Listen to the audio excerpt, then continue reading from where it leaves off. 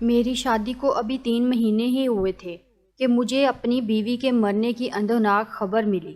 میں تو سوچ بھی نہیں سکتا تھا کہ میری اتنی محبت اور پیار کرنے والی بیوی، جس سے ابھی کھل کر میں اظہار محبت بھی نہ کر سکا تھا، وہ اس دنیا سے اتنی جلدی چلی جائے گی۔ میں نے اس کی محبت کو پورا کرنے کے لیے کسی قسم کی کمی نہیں چھوڑی تھی۔ جیسا وہ چاہتی تھی میں نے ویسا ہی کیا، پر زندگی نے اتنا بڑا ستم مجھ پر کر دیا کہ میری بیوی بڑی جوانی مجھے چھوڑ کر چلی گئی۔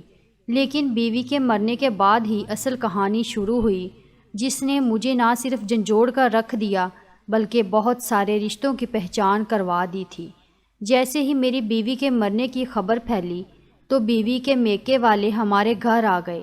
اس کی ماں مجھے لعن طعن کرنے لگی، کہنے لگی کہ تو نے ہماری بیٹی کو مارا ہے۔ وہ شادی کرتے ہوئے بہت زیادہ خوش تھی۔ اس نے ہم سے کہا تھا کہ اب اس گھر سے اس کا جنازہ ہی نکلے گا، پر تو نے سچ میں اس کا جنازہ وہی نکال دیا۔ تجھے ذرا بھی شرم نہیں آئی؟ تو نے ہماری بیٹی پر بہت ظلم کیے ہوں گے۔ وہ بیچاری بولی نہیں، اس لیے گھٹ گھٹ کر مر گئی۔ اب میں انہیں کیا سمجھاتا کہ میں تو اپنی بیوی سے ابھی تک کوئی تعلق قائم ہی نہیں کر سکا تھا، تو میں اس پر کیا ظلم کرتا۔ ابھی تو ہم دونوں کا رشتہ بہت ہی زیادہ تکلف والا تھا، میں چاہ کر بھی اس کے قریب نہیں ہو سکا تھا۔ وہ اس قدر شرماتی لچاتی کہ میں اس سے بات کرتا تو وہ منہ دوسری طرف پھیر لیتی۔ خیر، اس سارے چوہے بلی کے کھیل میں 3 مہینے گزر گئے، مجھے پتہ ہی نہ چلا تھا۔ پر اب تو اصل آفت میرے سر پر پڑی تھی۔ میری ساس مجھے کہہ رہی تھی کہ میری بیٹی کے ایک ایک گناہ کا حساب تمہیں دینا پڑے گا، تم نے میری بیٹی پر ظلم کیا ہے۔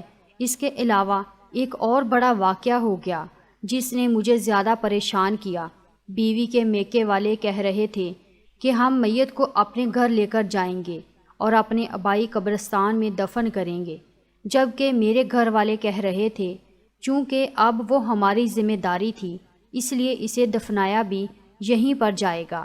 لیکن بیوی کے میکے میں ایک آدمی بہت زیادہ ضد کر رہا تھا کہ کسی صورت بھی ہم اپنی بیٹی کو یہاں دفن نہیں ہونے دیں گے۔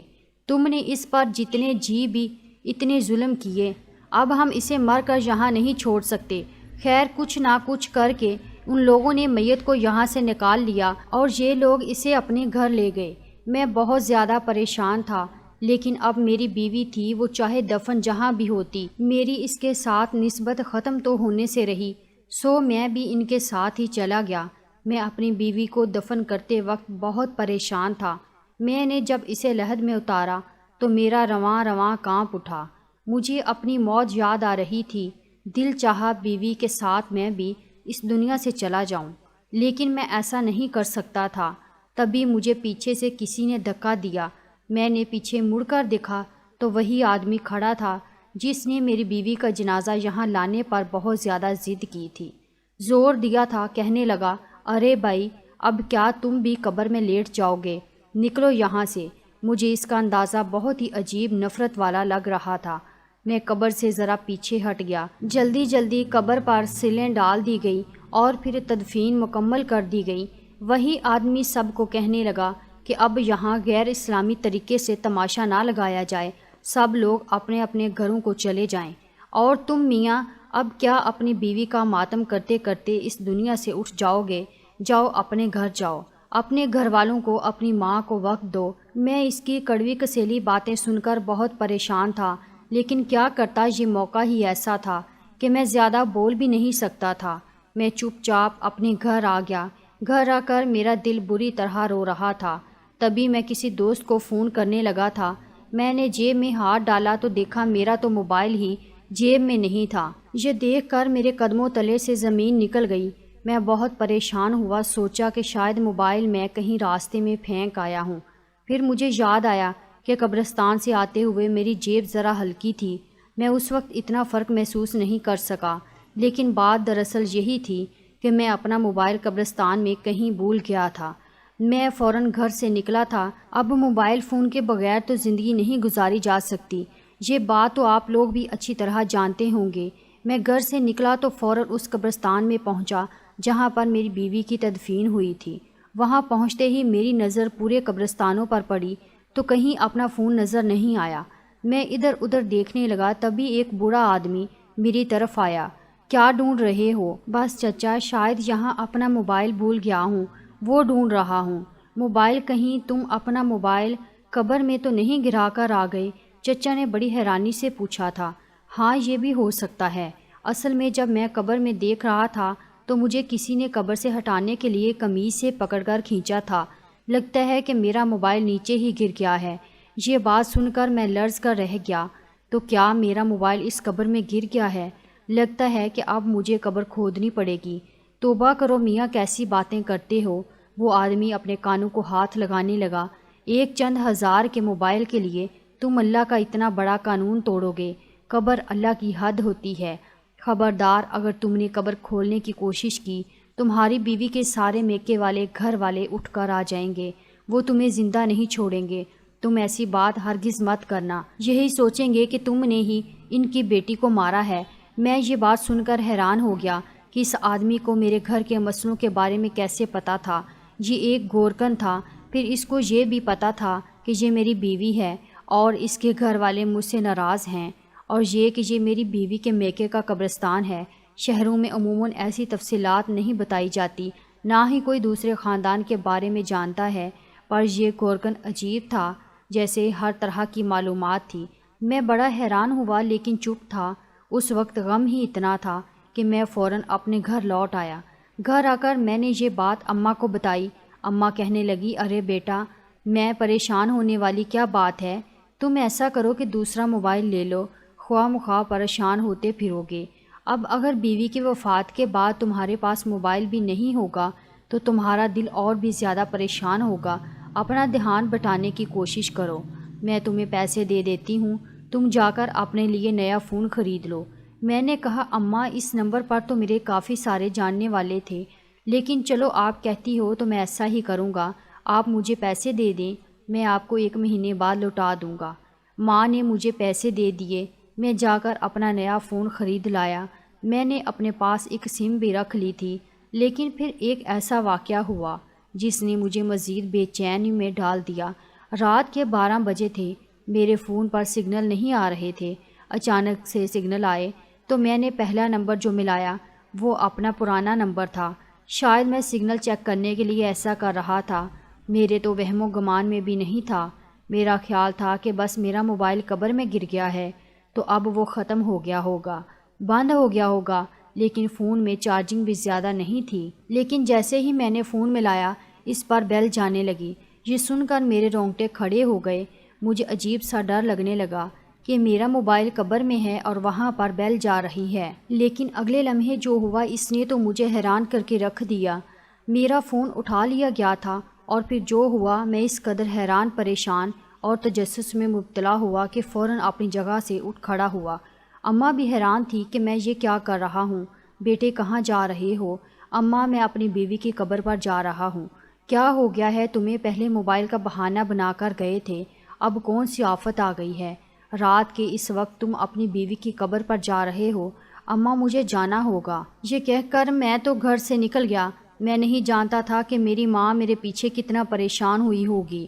ابھی میرے دل میں صرف اور صرف ایک ہی خیال چل رہا تھا، اور وہ تھا میری بیوی کا خیال، کیونکہ جو کچھ میں نے سنا تھا اس کے بعد میں خاموش تو نہیں بیٹھ سکتا تھا۔ میری پوری ذمہ داری بنتی تھی کہ میں اس معاملے کی جا کر تحقیق کروں، اس لیے میں اپنی بیوی کے آبائی قبرستان پہنچ گیا تھا۔ مگر جیسے ہی میں نے اندر قدم رکھا تو وہی گورکن مجھے ملا۔ ارے میاں، تم یہاں بار بار کیا ڈھونڈنے آتے ہو؟ مجھے دیکھ کر وہ غصے سے بولا۔ گورکن میاں، آپ کا کیا کام ہے؟ قبریں کھودنا؟ آپ اس تک رہیے، آپ مجھ سے بار بار سوال کیوں کرتے ہیں؟ میں یہاں آیا کیوں ہوں؟ لیکن میاں، تو تم سے ہمدردی کی وجہ سے پوچھ رہا ہوں، نہ تمہیں اس قبرستان کا نہیں پتہ؟ میں یہاں کا گورکن ہوں تو میں ہی ذمہ داری اٹھاؤں گا، اس لیے پوچھ رہا ہوں کہ کوئی مسئلہ ہے تو مجھے بتاؤ، میں حل کر دیتا ہوں۔ میں نے گورکن کو بھی ساری بات بتا دی تھی۔ یہ سنتے ہی اس کے چہرے پر ایک رنگ آیا اور ایک گزر گیا۔ اچھا، میں اس معاملے کے بارے میں کچھ نہیں جانتا بیٹا، لیکن ایک بات ضرور کہوں گا کہ اس کا تعلق تمہاری بیوی سے ہے، تمہاری بیوی کی قبر سے نہیں، اور تم اپنی بیوی کے گھر والوں سے جا کر اس بات کا پتہ معلوم کرو، تمہیں خود ہی سمجھ آ جائے گی۔ میں کچھ بولوں گا تو وہ خیانت ہو جائے گی، اس لیے میں خود کو گنہگار نہیں کرنا چاہتا۔ تم خود جا کر معلوم کرو۔ عقل مند کے لیے اشارہ ہی کافی ہوتا ہے۔ میں گورکن کی بات سن کر سمجھ گیا تھا کہ وہ مجھے پوری بات نہیں بتانا چاہتا۔ شاید کہ اس نے میری بیوی کے گھر والوں سے کوئی رقم وصول کی ہوگی یا کوئی اور وجہ ہوگی جس کی وجہ سے وہ پوری بات مجھے نہیں بتا پا رہا تھا۔ میں اپنی بیوی کے قبرستان سے ہو کر اس کے گھر پہنچ گیا، لیکن میں نے گھر کے دروازے پر دستک نہیں دی، بلکہ یوں ہی گھر میں داخل ہو گیا۔ میں نے دیکھا وہ سب لوگ ایک کمرے میں بیٹھے باتیں کر رہے تھے۔ گھر کا باہر والا حصہ بالکل خالی تھا، وہاں کوئی بھی نہیں تھا، اس لیے میں چلتا ہوا اس کمرے کے قریب پہنچ گیا جہاں بیٹھ کر وہ لوگ باتیں کر رہے تھے۔ میں نے دیکھا ان سب کے چہروں پر بے پناہ غصہ تھا، لگتا تھا جیسے کہ وہ ابھی اٹھ کر مجھے مارنا شروع کر دیں گے۔ وہ بات کر رہے تھے میری بیوی ہی کے بارے میں، لیکن سمجھ نہیں آ رہا تھا کہ وہ میری بیوی پر غصہ کیوں کر رہے ہیں۔ تبھی میرا ہاتھ ایک پیالی پر لگا، وہ پیالی گر کر ٹوٹ پڑی تو سب لوگوں کی توجہ میرے اوپر آ گئی۔ وہ لوگ مجھے یوں دیکھنے لگے جیسے میں نے اس گھر میں چوری کر لی ہو۔ بیٹا تم یہاں کیسے اور کب آئے تھے؟ میری ساس نے مجھ سے پوچھا۔ اماں جی میں آپ کو ایک بات بتانے کے لیے آیا ہوں۔ میں نے اپنی ساس کی طرف امید بھری نظر ڈالی۔ ہاں بیٹا آؤ آؤ، ہمیں تمہارا انتظار تھا۔ میرا انتظار؟ مگر وہ کیوں؟ میں نے اپنی ساس سے پوچھا۔ بس بیٹا حالات ہی کچھ ایسے ہیں کہ کیا کریں، تمہیں تو پتہ ہے کہ ہم ایک معمولی سے خاندان سے تعلق رکھتے ہیں۔ میرا بھانجا کل سے گھر نہیں آ رہا، وہ ایسا غائب ہوا ہے کہ میری بہن بھی پریشان ہو گئی ہے، کہتی ہے کہ اپنے داماد سے کہہ کر میرے بھانجے کو کہیں سے ڈھونڈ دو ورنہ میں مر جاؤں گی۔ میرا ایک ہی جوان بیٹا تھا، اگر وہ بھی نہ رہا تو میں کیا کروں گی؟ تم جانتے ہو نا کہ کئی عرصے سے ہماری ان کے ساتھ ناراضگی چل رہی ہے، لیکن اب اس موقع پر ہم دونوں خاندان ایک دوسرے کے بے حد قریب ہو گئے ہیں۔ میں یہ سن کر اپنا غم بھول گیا۔ اچھا ماں جی آپ کا کام کروا دوں گا، لیکن میں آپ کو اپنا مسئلہ بتانے آیا ہوں۔ بیٹے مسئلے تو چلتے ہی رہتے ہیں۔ میری ساس نے میری بات کو یکسر نظر انداز کر دیا تھا، لیکن تم پہلے میرا کام کر دو، اس کے بعد جو تم کہو گے میں وہی کروں گی۔ میں نے اپنی ساس سے بحث کرنا مناسب نہیں سمجھا، وہاں سے ایک اور ذمہ داری لے کر واپس اپنے گھر آ گیا تھا۔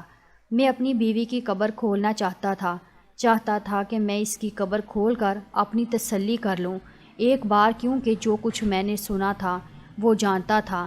اس کے بعد میرا دل بہت عجیب سا ہو گیا تھا۔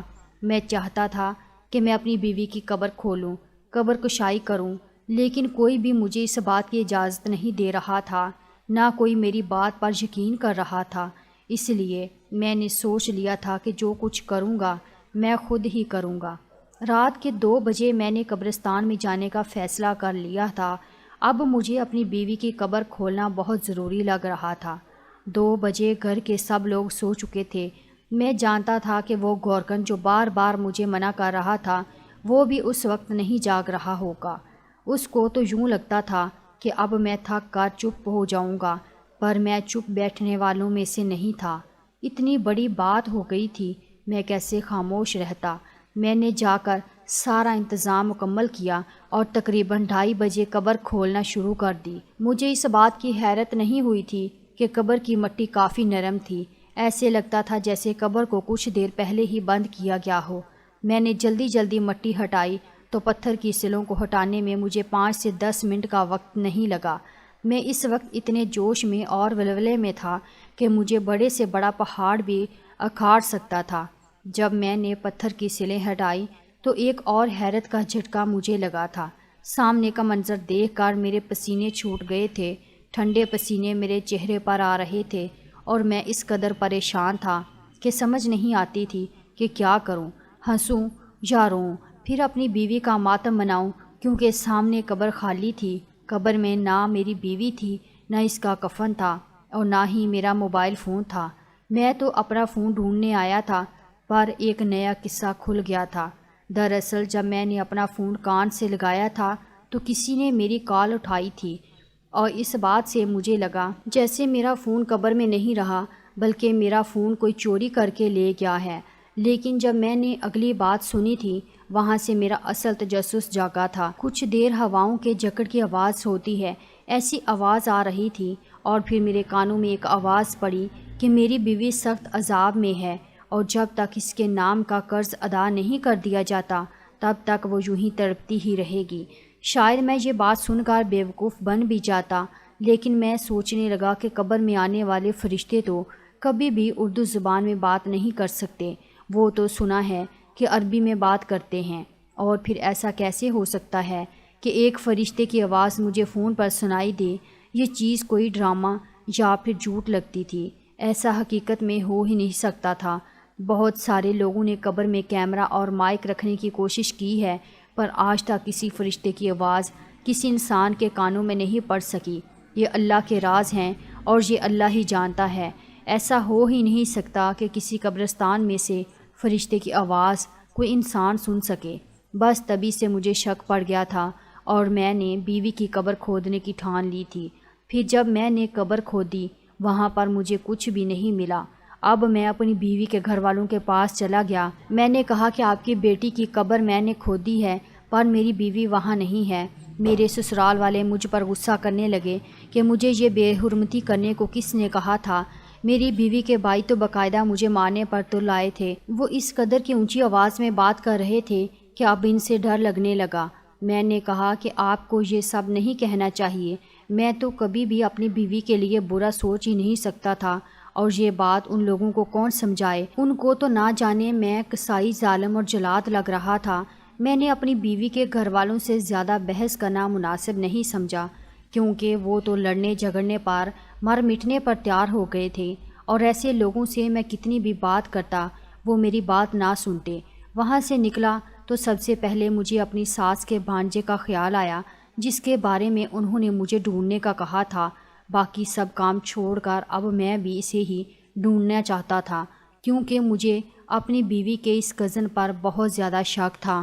وہ بھی گھر سے اس دن غائب ہوا تھا جس دن میری بیوی فوت ہوئی تھی۔ خیر میں پوچھتا پاتا وہاں سے اکلوتے بس اڈے پر پہنچا۔ وہاں جا کر میں نے اپنی ساس کے بھانجے کے بارے میں بتایا۔ مجھے وہاں کہیں ایک لوکل آدمی نے یہ معلومات دی کہ وہ صبح صبح ہی ڈسکا کے لیے نکلا ہے۔ یہ بات میرے لیے زیادہ حیران کن نہیں تھی۔ میں اس کا پتہ ڈھونڈتے ڈھونڈتے اس تک کیسے پہنچا یہ ایک الگ کہانی ہے، پر وہ ایک چھوٹی سی تنگ گلی میں کرائے کے مکان میں رہتا تھا، اور آج اسے ڈھونڈتے ہوئے مجھے 1 ہفتہ ہو چکا تھا۔ ہفتے کے بعد جب میں اس تنگ گلی میں اس کے گھر کے دروازے پر دستک دینے کے لیے گیا تو میرے دل میں تمام سوالوں کے جواب پہلے سے موجود تھے، اور کچھ سوال میرے ذہن میں اٹھ بھی رہے تھے۔ میں وہ سب اس سے پوچھنا چاہتا تھا۔ جیسے ہی دروازہ کھلا میں نے دیکھا کہ سامنے کوئی اور نہیں، میری اپنی بیوی کھڑی ہے۔ میں تو کسی اور کو ڈھونڈنے یہاں آیا تھا۔ مجھے دیکھتے ہی اس کے چہرے کا ایک رنگ آیا اور ایک گزر گیا۔ وہ بڑی مشکل سے اپنی جان بچا کر پیچھے بھاگنے لگی۔ میں نے اسے بازو سے پکڑا اور گھسیٹنا شروع کر دیا۔ وہ چلانے لگی اور شاید مجھے گلی والوں کے سامنے ایک گنڈا ظاہر کرنا چاہتی تھی۔ میں نے سب کو چپ کروا دیا کہ یہ میری بیوی ہے اور میں اسے ایسے یہاں چھوڑ کر نہیں جا سکتا۔ سب لوگ بہت حیران تھے، میری بیوی کے چہرے پر بھی بہت پشیمانی تھی۔ میں نے اسے لا کر گاڑی میں پھینکا اور اسے پوچھا کہ تم یہاں پر کیوں ہو؟ تم تو مر گئی تھی۔ وہ رونے لگی۔ خدا کے لیے مجھے معاف کر دے، خدا کا نام مت لو، تم نے تو اس کو ناراض کر کے یہ راستہ اختیار کیا ہے، اب بتاؤ کہ تمہیں کیا سزا دوں؟ میری بیوی مجھ سے ہاتھ جوڑ کر معافی مانگنے لگی کہ پہلے ایک بار آپ میری بات سن لیں، پھر میں آپ کو سب کچھ سچ سچ بتاؤں گی۔ اگر تب بھی آپ کو یقین نہ آئے تو آپ جو کہیں گے میں وہی کروں گی۔ میری بیوی نے جب اپنی کہانی سنانا شروع کی تو میں بھی چپ ہو گیا تھا۔ اب میں اسے کیا کہتا، کیا سزا دیتے؟ اس نے بتایا کہ وہ جب سے بڑی ہوئی ہے اس کے گھر میں اس کے خاندان والوں کا آنا جانا لگا رہتا تھا۔ اس کا ایک کزن جو کہ اس کی خالہ کا بھی بیٹا تھا اکثر ان کے گھر آتا جاتا رہتا تھا۔ نذیر کے ساتھ بے تکلفی بڑھی تو ایک دن نذیر نے اسے کہا کہ وہ اسے ماڈلنگ کروانے کے لیے دوسرے شہر لے جائے گا، وہ خوب پیسہ کمائے گی، مشہور ہو جائے گی اور گھر کی غربت ختم کر دے گی۔ وہ بھی اس کی باتوں میں آ گئی، پھر اس کے ساتھ چل پڑی۔ دوسرے شہر جا کر اس نے اپنی اسے ہوس کا نشانہ بنایا اور ساتھ ہی اس کی تصاویر بھی بنائی۔ جب میری اتنی ساری تصویریں بن گئی تو وہ بیچاری مجبور ہو گئی اور اس کی بات ماننے لگی تھی۔ یہ بات اس کی ماں کو پتہ چلی۔ ماں نے اس کی شادی مجھ سے کر دی، پر اس بھانجے نے تو اس کا پیچھا نہیں چھوڑا تھا، سو وہ کبھی اس کے سسرال آتا تو کبھی کچھ کرتا۔ ساتھ ہی اس نے سختی سے منع کر رکھا تھا کہ اپنے شوہر کے پاس نہیں جانا۔ ابھی میری بیوی 2 حصوں میں بڑھ چکی تھی، وہ اس شخص کی باتیں بھی مانتی اور میرے گھر میں خوشی خوشی رہتی بھی۔ اپنا غم وہ کسی پر ظاہر نہ ہونے دیتی۔ پھر ایک دن اس کے خالہ زاد نے ایک انوکھی فرمائش کر دی کہ تم مرنے کا ناٹک کرو، اس کے بعد میں تمہیں یہاں سے لے کر جاؤں گا، تم میری بیوی بن کر رہو گی۔ اس بے وقوف کو اتنا بھی نہیں پتہ تھا کہ ایک شخص کے نکاح میں ہوتے ہوئے دوسرا نکاح نہیں ہو سکتا۔ میری بیوی نے اس کے کہنے کے مطابق ناٹک کیا۔ خدا جانے یہ ناٹک اس نے اتنی کامیابی سے کیسے کیا، پر جیسے ہی میری بیوی کے مرنے کا اعلان ہوا تھا، اس کے میکے سے سب لوگ میرے گھر آ گئے تھے، اور شاید اسے دفنانے میں جلدی کرنے کی بھی یہی وجہ تھی کہ وہ آدمی اس سب کے پیچھے کھڑا تھا۔ اس نے سبھی کو پیسے جو کھلائے ہوں گے، اب میری بیوی کو پیسہ کمانے کا ذریعہ بنا چکا تھا اور اس پر بے انتہا ظلم بھی کیا کرتا۔ میری بیوی اپنے خاندان والوں، مجھ سے اور سب لوگوں سے نظر ملانے کے قابل بھی نہ رہی تھی، اسی لیے وہ اس کی باتیں مانتی چلی گئی اور دلدل میں پھنستی گئی۔ اب اس کی زندگی جانوروں سے بھی بدتر ہو چکی تھی۔ میں نے اپنی بیوی کی سچائی جان کر اسے دھتکارنے کی بجائے اسے حوصلہ دیا اور کہا کہ تم اس برائی سے ڈرنے کے لیے تیار تو ہو، میں بھی تمہارے ساتھ کھڑا ہوں، چاہے تمہاری کتنی ہی تصویریں پوری دنیا کیوں نہ دیکھ لے، لیکن اب تم اس آدمی کے ہاتھوں سے برباد نہیں ہوگی اور اس سے بالکل بھی نہیں ڈرنا۔ اب میں اس آدمی کو خود بھی دیکھوں گا اور دیکھوں گا کہ یہ قانون کی گرفت سے کیسے بچ سکتا ہے۔ میں اپنے تعلق استعمال کر کے اس شخص کو کیفر کردار تک پہنچانے کا ارادہ کر چکا تھا۔